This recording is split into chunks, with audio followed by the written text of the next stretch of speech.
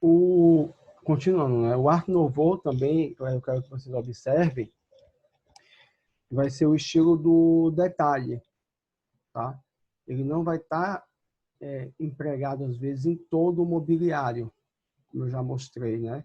Às vezes é só um detalhe. Eu vou voltar aqui ó, mais atrás. Gaudí, os pianos, não é? Às vezes o Art Nouveau vai estar nesses detalhes, por exemplo, como o jateado dos vidros. Ou esse mesmo desenho do vidro desenhado na madeira. Então, às vezes, nós vamos ter móveis retos, quase uma caixa, mas a porta desenhada, né, com esses elementos da natureza. Mas eu vou chamar a atenção também, porque Art Nouveau nem sempre vai ser essa coisa curva, que lembra uma árvore, lembra a natureza. Tá? Vai estar ali nos pequenos detalhes.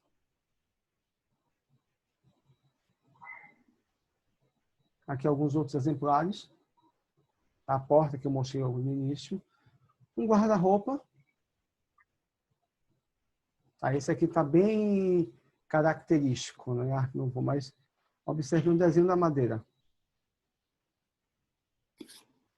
Às vezes o Art Nouveau vai estar apenas isso. O motivo floral desenhado na própria peça. Jacarandá, isso aí? Esse eu não sei, Michele. O que se usou muito nesse período do Art Nouveau, principalmente no Brasil, era uma madeira chamada marfim, que era uma madeira bem clara, mais clara que essa. Era conhecida como madeira marfim. Não é madeira de lei, então cupim fazia festa com frequência. Tá? A terceira aqui, essa caixa, é um elevador. Por que o elevador tem que ser aquela caixa quadrada, né? Não pode ser algo ao mesmo tempo ornamentado. Não precisa ficar escondido. Aqui em Salvador, por exemplo, nós temos a Vila Catarino, uma casa com elevador. Olha o chão. Completamente atual aqui, ó. Sim. Essa quadra. Os pisos, né? Os tacos de madeira, os azulejos hidráulicos que se tinham, né? Os pisos em mosaicos. Então, muitas vezes, os apartamentos eles nos trazem essa memória. Né? Então, aí quem já que tiver a oportunidade ou morar em um apartamento desse, né, dessas décadas passadas, vocês vão notar pequenos elementos desses e que dão todo o charme em um imóvel. Tá? Esse outro, por exemplo, é aqui no Rio de Janeiro, Casa Franklin, que hoje é um espaço de eventos também. Ele está dentro dessa Belle Époque, da Art Nouveau, do ecletismo. Tá? Então, por exemplo, esse vitral aqui em cima já é o último pavimento, que é um leque de pavão. E ele é todo, interiormente, ele é todo nessa como é que eu vou dizer? Nessa modernidade da época, sabe? Ferro, o vidro, piso hidráulico, madeira. Depois vocês coloquem, tem na Casa Franca, tem um site, você tem uma visita virtual. É bem interessante. E a luminosidade que esse vitral da cauda de pavão tem dentro do ambiente é algo belíssimo. Sabe? Daria um quarto ali, se fosse uma residência particular. E ao topo uma águia segurando uma luminária. Que no fato não iluminava nada, mas era uma característica. Tá? Aqui em Salvador nós temos também uma casa da águia, que é ali no Comércio. Subindo para a beira da montanha, onde foi Casacô alguns anos atrás. Pegando ela, antes de subir a ladeira da montanha, a última casa. Ela está praticamente construída junto à mureta da montanha. É uma casa feita nesse período aqui em Salvador, né? Um arquiteto italiano, o Rossi Batista, que foi o mesmo arquiteto da Casa dos Catarino. E ela foi, eu não lembro quando ela foi casar com. Eu lembro que ela tinha eram os dois prédios próximos, você tinha a casa da águia e um outro, e você tinha um acesso por um passadiço que ligava um prédio ao outro. Depois procurei Casa da Águia Salvador. E aqui algumas das personalidades na época, né? Então, do cinema mudo, nós temos aí o Chaplin, né? Na ciência, com o Einstein, medicina, o Fleming, que é a penicilina. E esse terceiro aqui, esse quarto que vocês conhecem? Já viram falar?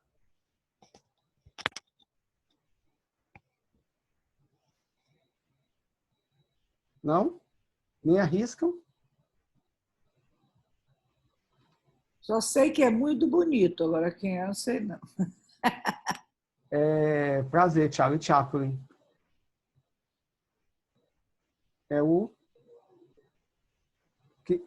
A pessoa que dava vida ao Carlitos.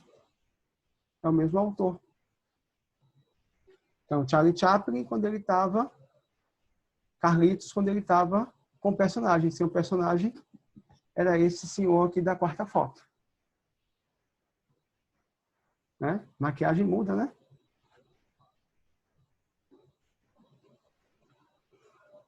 E dentro desse espírito, né? Só para quem já assistiu... Alguém já assistiu algum filme do Carlitos? Temos aí Tempos Modernos, Luzes da Ribalta, que ele se apaixona, né? E faz tudo por uma florista. E dentro desse período, né, pós-Belle Époque... Tá? Leram a biografia dele? Você já leu a biografia dele? Ainda não. Precisa ler. Coisa mais linda do mundo. Sofria de depressão, né? Ele fazia essas graças todas. Aquela cena que ele faz na mesa, brincando, era para não chorar porque eles passavam fome. Uma coisa muito linda. E quem entrou e ficou louca foi a mãe. Né? Todo o dinheiro que ele ganhou foi para poder tirar a mãe da loucura e não conseguiu. É muito linda a biografia dele. Vou ler aqui. Eu não lembro qual foi o livro, mas existe, porque eu li. Faz muito tempo que eu li, mas eu li. Vou procurar para ler. Vale a pena, porque o lado dele engraçado veio apenas para alegrar a mãe dele. Olha. Bonita atitude dele. Mas, voltando, né? Nós vamos ter aí o fim da Belle Époque com a Primeira Guerra Mundial. Tá? E com o fim dela, em 1918, mais ou menos, em 19 vai nascer a Bauhaus. Já ouviram falar da Bauhaus? Uma das principais escolas que influenciou os modernistas, né? Então, o mobiliário que nós vamos ver aqui é completamente atemporal. Ela foi uma escola que ela foi fundada pelo Walter Gropius, na Alemanha, e ela funcionou de 1919 até 1930, 33 por aí, quando ela foi fechada pela ocupação alemã, né, pelos nazistas. Aí os professores da Bauhaus se refugiaram em outros países, né, principalmente Estados Unidos, onde alguns deles fundaram a nova Bauhaus, que existe como escola até hoje. Tá? Tem muitos arranha-céus de Nova York que nasceram dessa época, né? Sim. Bem nesse estilo, assim, muito vidro, traços retos, mais clean. Que depois também foi... Desse pessoal da Bauhaus que foi para lá. que também ficou conhecido como estilo internacional. Essa coisa do aço, do vidro, do ferro. Então, o prédio da Bauhaus existe até hoje lá na Alemanha, né? Mas funciona Ficou conhecido como o quê? é estilo internacional depois. Esse pessoal que foi para se refugiar nos Estados Unidos. Porque muitos deles eram de descendência judia também. Tá? Então, esse é o fundador, Walter Gropius. Tá? E justamente a Bauhaus era um local livre, né? Você não precisava seguir um estilo arquitetônico, você não precisava seguir um estilo de mobiliário. Então, você criava. Você criava livre de... Não, você tem que criar segundo os cânones do barroco, segundo os cânones do ecletismo. Não, você criava livre.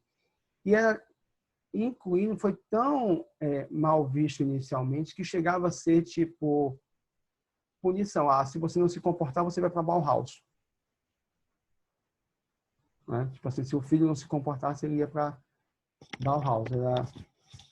Na época foi depois foi bem aceita pelo público geral. Então, só para vocês verem, aqui é um conjunto, né, do que se produzia na Bauhaus, um conjunto de chá de 1924.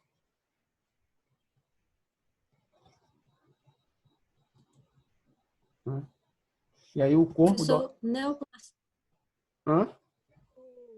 Neoplasticismo é uma coisa que acontece na mesma época e é distinta a Bauhaus? Não, eu vou pesquisar, mas se eu não me engano, é depois da Bauhaus. Eu vou dar uma pesquisada sobre o assunto. Me cobre na próxima aula. Né? E aí, como eu estava contando, a Bauhaus era um corpo, né, que tinha arquitetos, pintores, escultores, dramaturgos, músicos. Então, todas as artes se encontravam ali. Não é? Então, não tinha essa distinção. Se vocês olharem o mobiliário da Bauhaus, observe o mobiliário que eu mostrei até agora, o mobiliário Art Nouveau, o mobiliário Império, o mobiliário Ecletismo. São peças que nós olhamos, nós datamos, isso aqui é Art Nouveau, isso aqui é tal, tal, tal. A Bauhaus não, a Bauhaus vem para romper com tudo isso. Né? Então, por exemplo, muitas vezes o mobiliário era apenas experimental, né? Não se tinha como utilizar. Mas outras vezes, por exemplo, Red Velvet, né? A cadeira vermelho e azul, aparadores, isso são peças de 1919. E aí eu trago Kandinsky também, que ele era pintor da escola. Mies van der Rohe, que teve como colaboradora a Lili. Muitos dos projetos do Mies van der Rohe, como essa cadeira que vocês estão vendo aqui, a cadeira Barcelona, teve a ajuda dela. Tá? A cadeira Barcelona ela foi criada em 1929 para o pavilhão alemão, em uma das feiras que tinha, se não me engano, se era a feira, aquelas feiras universais, você tinha o pavilhão da Alemanha. E a cadeira Barcelona que a gente conhece hoje, que é mundialmente difundida, ela foi criada para esse pavilhão, inicialmente no tom de couro caramelo. Então, aqui o pavilhão Barcelona existe até hoje. Esses edifícios dessa feira de 29 existem em Madrid até hoje, foram ocupados por outros órgãos do governo. Aqui a cadeira, né? Concebida por Mies van der Rohe por Lili para o pavilhão da Exposição Internacional de Barcelona, de 29, que era a poltrona com o puff ou a banqueta. Essa é a Barcelona original. Quer dizer, eu digo o tom dela, né? Hoje a gente encontra Barcelonas em qualquer local. Aí você tem a quebra de patente, então por isso que várias lojas podem ter acesso ao projeto. Uma outra cadeira dele é a 225, também concebida nos anos 20. E aqui uma sala de jantar com a utilização destas. Sala de jantar contemporânea com a utilização dessas cadeiras. O que é que vocês acharam? Maravilhoso. Eu adoro essa fase da Bauhaus. Acho muito interessante, apesar de ter sido muito criticada, né? Inclusive aquele prédio ali que você mostrou, Sim. que foi a sede da Bauhaus nas primeiras décadas. Cadê? Isso. Ele foi muito criticado porque ficava muito frio no inverno. Ele não tinha essa questão térmica, né? Eles pensaram isso, eles pensaram muito na arquitetura, né? Inclusive tem uns estudos sobre aquela escada bem ampla, tem quadros, né, de pintores da época da Bauhaus que utilizam quadros e fotografias, né? Que utilizam figuras nessa escada, que é muito famosa desse prédio, mas eles não pensaram na questão questão térmica. Isso, no conforto térmico. Então, no inverno esfriava muito e no verão, que não é um verão rigoroso, mas esquentava muito por conta dessas estruturas de ferro e eles não tinham como abrir. Tanto é que depois eles fizeram algumas adaptações no prédio, colocando aquecedores, né, para calefação no inverno e promovendo aberturas nessas janelas de vidro. Onde nós estávamos? Estávamos na... Aulas pela informação, né? Super interessante. Sim. Não, eu, particularmente, quando eu comecei a estudar mobiliário, eu me apaixonei assim, pela Bauhaus, né? Quando eu faço uma autoanálise de como era o meu estilo, né? Antes de estudar mobiliário, depois de estudar mobiliário, teve uma mudança drástica, né? É até uma ideia que eu vou dar para vocês. Lembra do trabalho que eu passei na aula passada? Então, meu estilo é Bauhaus, porque minha cadeira de jantar é essa. Eu vou para vocês. Aí eu vou Meu querer... estilo é Bauhaus. Já tá resolvida a minha prova. Mas aí eu vou querer que quando vocês fizerem o trabalho, guardem ele ali no desktop, de modo mais fácil. Quando vocês terminarem o curso de designer, voltem lá no trabalho e vejam se mudou alguma coisa. Tá? Fica essa provocação aí. Com certeza. É. A gente, a cada aula que passa, não sei elas, mas a cada aula que a gente passa, que a gente vai adquirindo conhecimento, nossa, você olha para sua casa e tem vontade de trocar várias coisas, né? Até alguns erros você encontra, né? Estilos também, sei lá. E é normal, porque assim, alguns estilos refletem alguma época nossa, né? Por exemplo. Então, eu adorava casas estilo 1900, aquelas casas carregadas, cheias de mobiliário. Hoje eu já estou mais para Bauhaus, assim, modernista, uma coisa mais clean, com alguns elementos antigos. Né? A Casa de Vidro, né? Esse já foi dessa fase que eles foram para os Estados Unidos. Você falou para a gente fazer um trabalho mostrando o estilo da gente, não foi isso? Isso. Entendeu? Então é complicado, porque você olha para sua casa, não sei, elas têm vários estilos. Olha. Não, mas é justamente isso. Por isso que eu passei para vocês me entregarem no final, para vocês irem identificando, né? Eu gosto do quê? Eu sou Art Nouveau, eu sou Bauhaus, eu sou modernista, né? Eu sou ecletismo ali do início do século, eu sou um ecletismo da segunda metade do século, já tem Bauhaus, modernismo, contemporâneo, tudo junto. Então, esse olhar para si, né, nesse momento. E aí, salvar esse trabalho ali de um modo fácil, para no último dia de aula da EBAD vocês voltarem lá e olharem. Eu continuo como entrei ou o que foi que mudou? O que foi que mudou no meu estilo? Então fica aí essa provocação. E essas cadeiras são lindas. Tá? Elas servem tanto para a mesa de jantar, quanto para a sala de estar. Então são peças atemporais.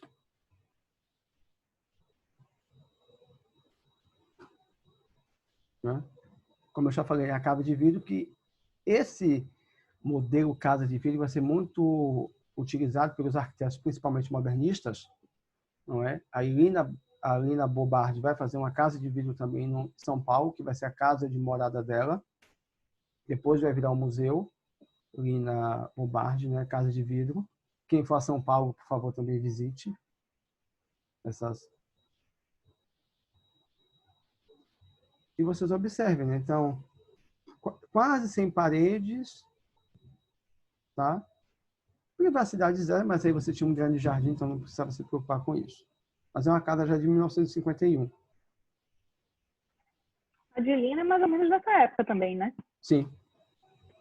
Década de 50, Quando finalzinho, eu acho. Quando eu mostrar, tem uma foto que eu tenho nos slides, que é justamente Lina na casa dela, e ela olhando assim para o horizonte do segundo pavimento, só tem Mata Atlântica, não tem um prédio.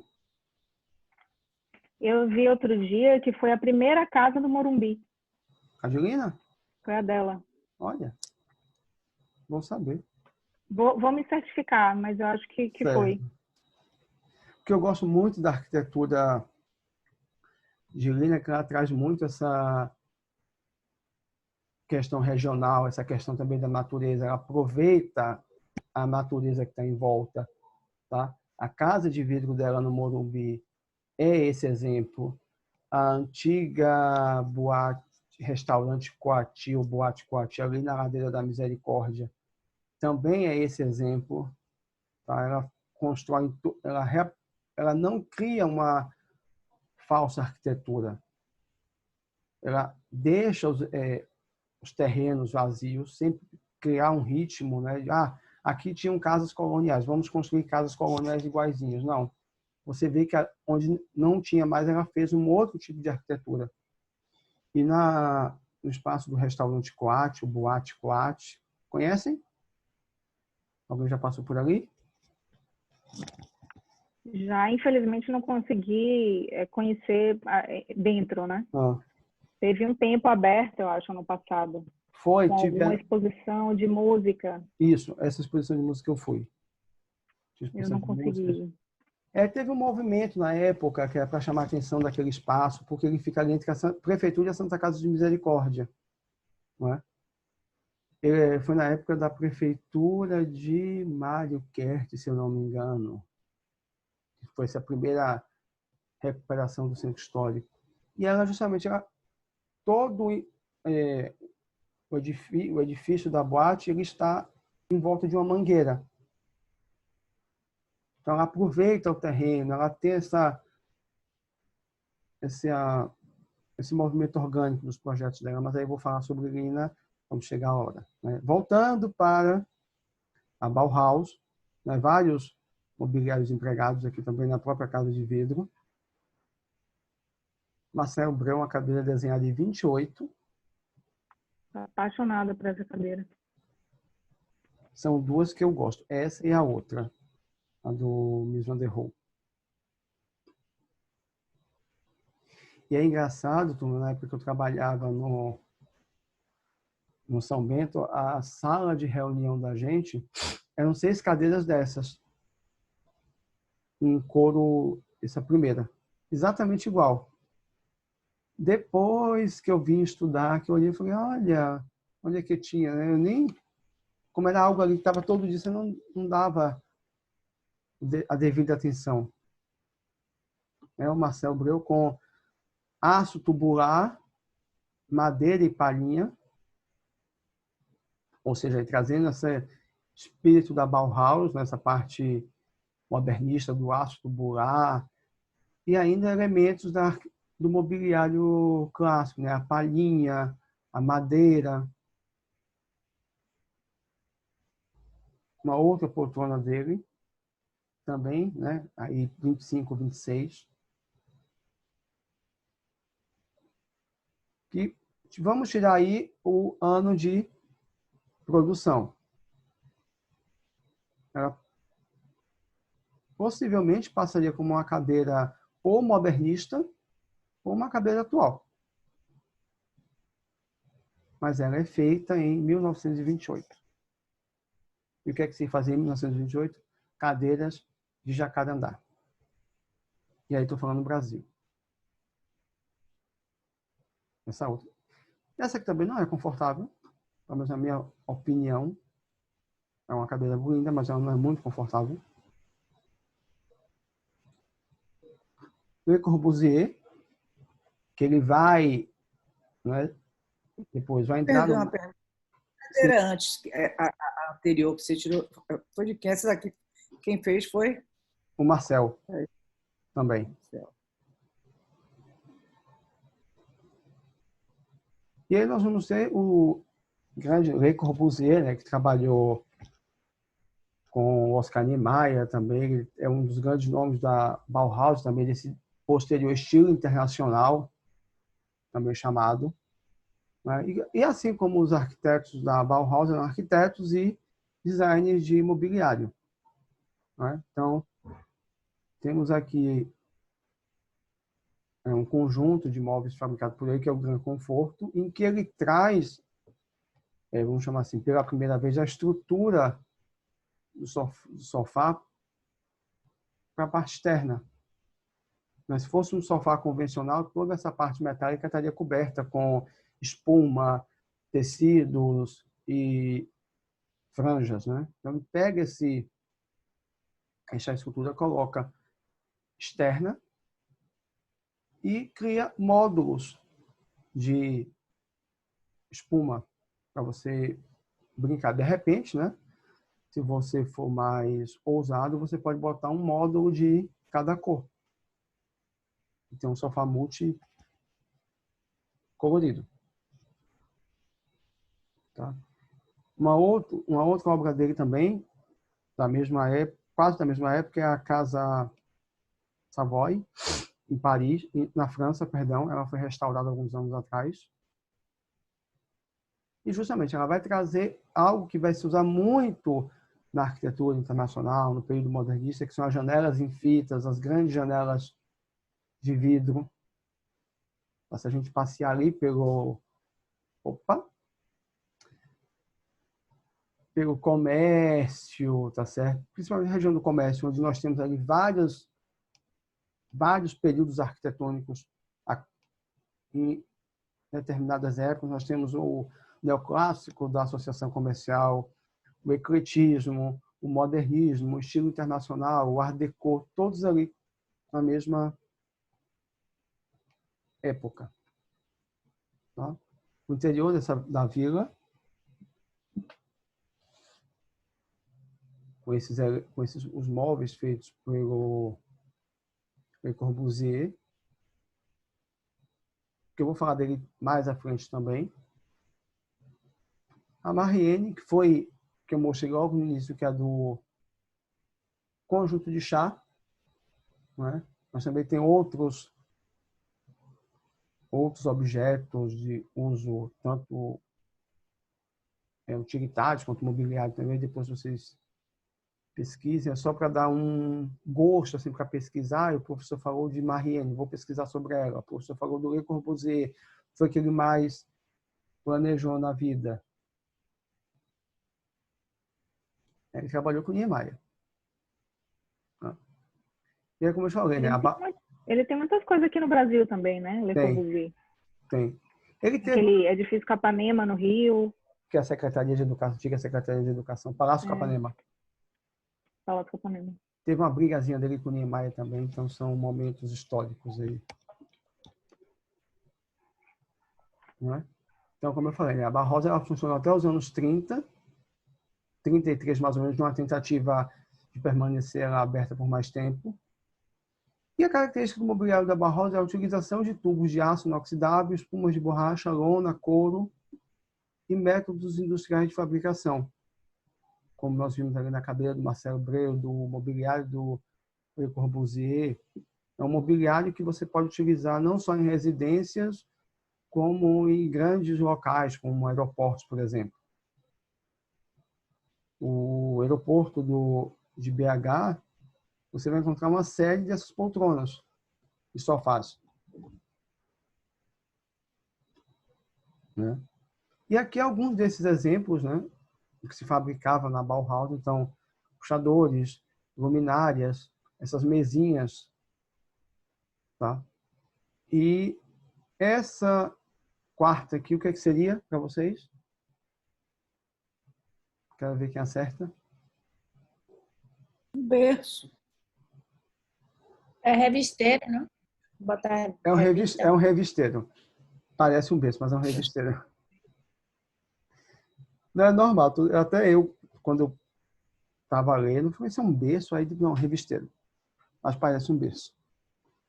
Né? Então, aqui, essa é a... Mas seria maravilhoso. Ó. Não é? Seria um berço até... Sim. Seria perigoso. Assim, acho que para as crianças da época, que deviam ser mais calmas, né? As crianças de hoje já nascem tecnológicas, aí, né? As mães e as avós me confirmem isso. As crianças hoje já nascem com essa tecnologia muito mais fácil do que a gente. Tá? Mas se a gente pensar que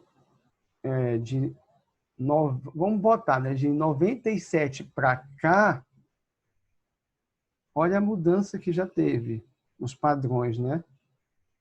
Tecnológicos, arquitetônicos, mobiliários, como era uma casa dos anos 90, final dos 80, depois 90, final de 90 e início dos anos 2000.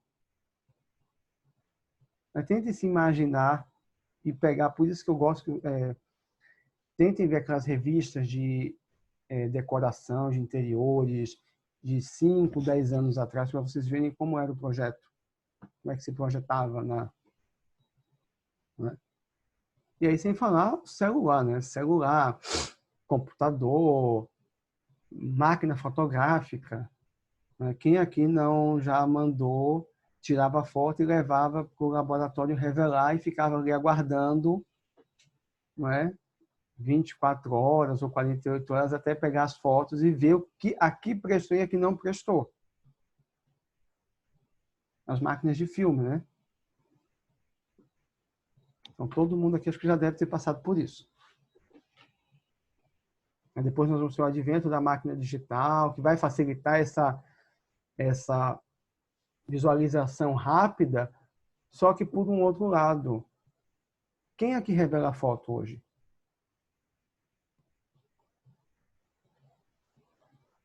Quem aqui, quando volta de uma viagem, ou volta de algum evento, aniversário de filho ou neto, senta e separa para revelar as fotos? Eu não. Não se tem mais álbuns de fotos.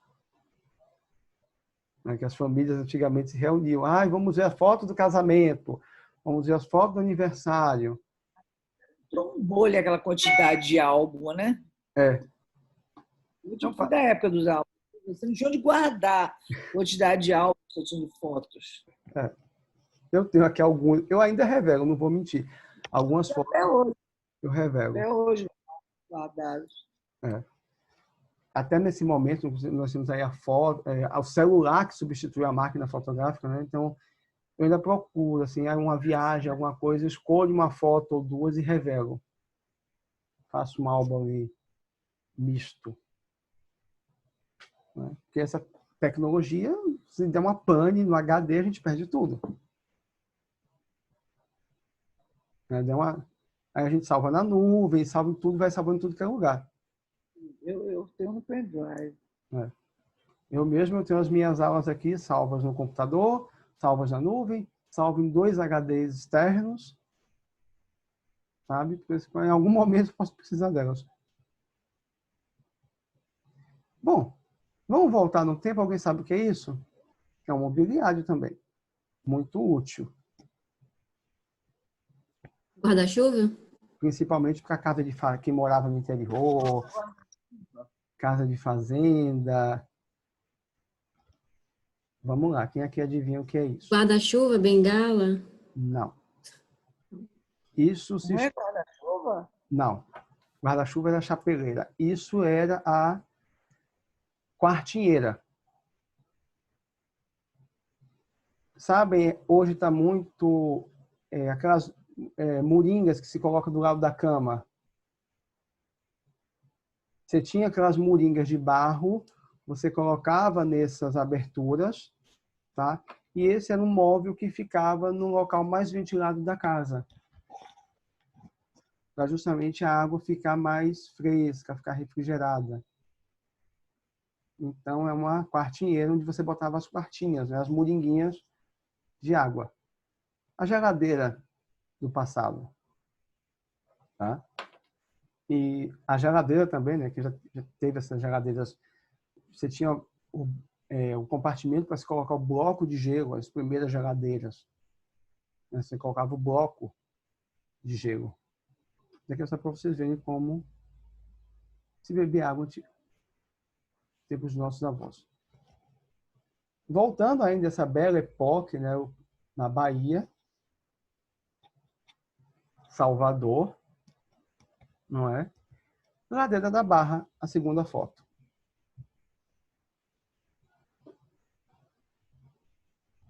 Isso aí existe, não, né? Esse prédio aqui da primeira foto, não. No local dele foi construído o edifício Palácio da Assembleia, no Campo Grande. Nós temos dois edifícios que trouxeram no seu nome a edificação anterior. Então, por exemplo, o Palácio da Assembleia é onde tinha a Câmara de Deputados. O edifício... Fica ali perto da... Quando você vai no Campo Grande, sentido... Castro Alves. Castro Alves, ele fica antes daquela descida para o Vale do Canela. Isso, a ligação Reitor Miguel Calmon, exatamente. E do lado dele nós temos o edifício Mansão Britânica, era onde estava construída a Capela Britânica, Capela Anglicana, que hoje está no bairro da Pituba. Porque justamente ali você tinha a área dos ingleses, dos estrangeiros, né? Então, as casas comerciais, as casas dos cônsules, dos representantes comerciais, dos comerciantes também. Então, essa aqui, na beira da Barra, só para vocês se situarem, a Igreja de Santo Antônio da Barra e a antiga fábrica de Charles, que posteriormente vai ser transformada no Yacht Club. E ao lado da Igreja de Santo Antônio da Barra, nós temos uma casa também particular e o Cemitério dos Ingleses. E à frente, aqui, que só dá para ver a ladeira, que era a casa da família, que é a casa ainda da família Mariani. E as demais casas já foram demolidas. Só existem uma ou outra. Né? Vou gerar um terceiro convite, turma, para continuar. Acho que uma das poucas casas que ainda existem é a Casa da Aliança Francesa. A edificação da Aliança Francesa. Teve uma que foi Casa Cor também, que era a Casa Joaquim de Carvalho, que era uma casa amarela, bem recuada em relação à rua. Não é? E aqui já evidenciando o próximo estilo, que é da terceira parte da nossa aula. Alguma pergunta, dúvida até agora? Estão dando para entender tudo direitinho?